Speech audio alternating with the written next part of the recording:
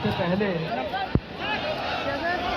दुनिया को समता, स्वतंत्रता, बंधुता, न्याय, प्रज्ञाशील, करुणा और मैत्री का पाठ पढ़ाने वाले तथागत भगवान बुद्ध, संत गुरु रविदास जी, संत कबीरदास जी, गुरु नानक देव जी, ज्योतिबा फूले जी, सावित्रीबाई फूले जी, पेरियार रामास्वामी नायकर जी, साहूजी महाराज, डॉक्टर बाबा साहेब अम्बेडकर जी, माता रमाबाई जी सहित मान्यवर कांशीराम साहब सहित समाज के सभी महापुरुषों के चरणों में कोटि कोटि नमन करता हूँ और यहाँ उपस्थित सब साथियों को क्रांतिकारी जय भीम करता हूँ। एक नारा साथ में जोरदार हो जाए, जय जय जय जय जय भीम, जय भीम, जय भीम, जय जय जय जय जय भीम, जय भीम, जय भीम, जय जय जय जय जय भीम, जय भीम, जय भीम। साथियों, आजकल हम देख रहे हैं देश के अंदर केंद्र में एक ऐसी सरकार बैठी है जो देश में दलितों, पिछड़ों, आदिवासियों और अल्पसंख्यकों को कोई इंसान नहीं मानती। वो देश के शासन को डॉक्टर बाबा साहेब अम्बेडकर जी के बनाए संविधान के हिसाब से चलाना नहीं चाहती।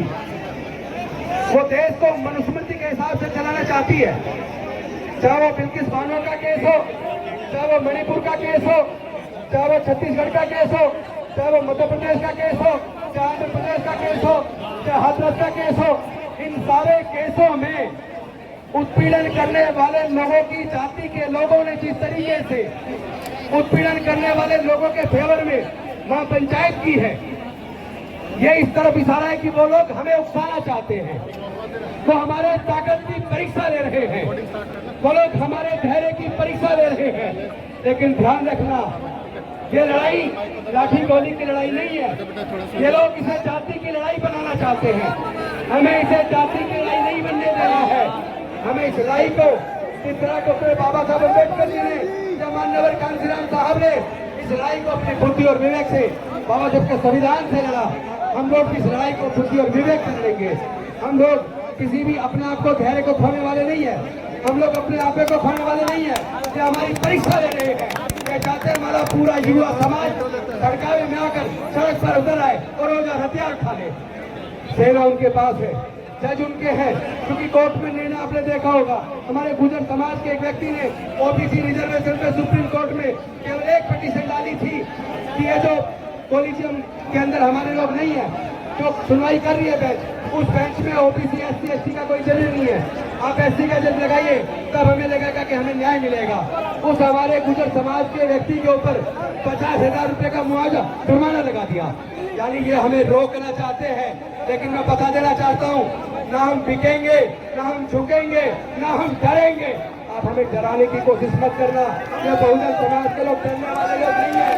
आप एक चंद्रशेखर आजाद को मारोगे, आप एक चंद्रशेखर आजाद को मारोगे, एक राजेंद्र गौतम को मारोगे, करोड़ों पैदा होंगे, करोड़ों।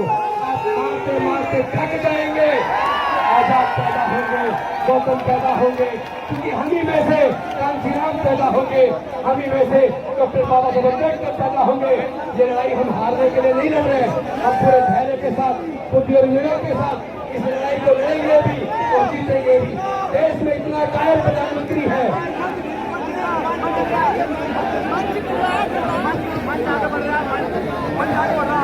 भैया थोड़ा भीड़ आगे आओ या पीछे लगा बताए भैया, दोनों पीछे कम लग जाए, कुछ लोग थोड़ा आगे आ जाओ, बैलेंस हो जाएगा। हेलो साथियों, आपके बीच में माननीय स्वामी प्रसाद मौर्य जी, माननीय स्वामी प्रसाद मौर्य जी आ रहे हैं। सुरक्षा कर्मियों से अनुरोध है उनको आने दें और मंच से हट जाए। इस मंच को खाली कराएं। जो सुरक्षा कर्मी ऊपर है, मेरी आपसे अपील है कि अनुरोध करके मंच को खाली कराएं। जो अपने लोग पार्टी में बैठ गए हैं, भाई मंच से आप चले जाएं। जो बाहर से आगंतुक हैं उन्हीं को रहने दें। अपनी पार्टी के लोग, जो भी लोग हैं, कृपया सीनियर साथियों को छोड़कर जो भी हमारे प्रदेश के और मंडल के, जिले के लोग बैठे हैं, वो कृपया मंच से नीचे आ जाएं। और नहीं तो मैं अनुरोध कर रहा हूं, जो हमारे फोर्स के लोग हैं, ये उन्हें यहाँ से रिक्वेस्ट करके जल्दी से जल्दी नीचे कर दें। माननीय मंत्री जी, कृपया जल्दी करें। साथियों, मैं एक चीज आपका समझना चाहता हूँ, जितने बहुजन समाज के संगठन हैं, जितने बहुजन समाज के राजनीतिक नेता हैं, क्या आप सहमत हैं सबको एकजुट होकर इस लड़ाई को लड़ना चाहिए कि नहीं चाहिए? लड़ना चाहिए ना। मैं के कह रहा हूँ, अगर इसी तरह चुप्पी साधे रहे ये बहुजन समाज का अधिकार छीन जाएगा, ये समाज बर्बाद हो जाएगा। ये समाज और ज्यादा इंतजार करने के लिए तैयार नहीं है, हम लोग और तैयार नहीं है। पूरा बहुजन समाज एकजुट होकर अब इस लड़ाई को जीतने के लिए तैयार है। मैं चंद्रशेखर भाई से कहना चाहता हूँ, हिम्मत हारने की जरूरत नहीं है। हमारे अंदर भी वही खून है जो खून उन लोगों के अंदर जो गोली चलाते हैं। गोली तो हम भी चला सकते हैं, लेकिन गोली समाधान नहीं है। इस लड़ाई को बुद्धि विवेक से ईमानदारी के साथ हम लड़ेंगे और हम जीतेंगे। क्योंकि नेतागण ज्यादा है, बात कहने को बहुत है, मैं तो वीडियो पे फिर कभी बात कर लूंगा। मैं अपनी वाणी को यही विराम देता हूँ इस आह्वान के साथ। इस लड़ाई को बुद्धि और विवेक से दिमाग से एकजुट होकर लड़ना। ये विचारधारा की लड़ाई है, लाठी गोली की नहीं है, किसी भड़कावे में नहीं आना है। कानून को संविधान से लड़ाई को लड़ना है।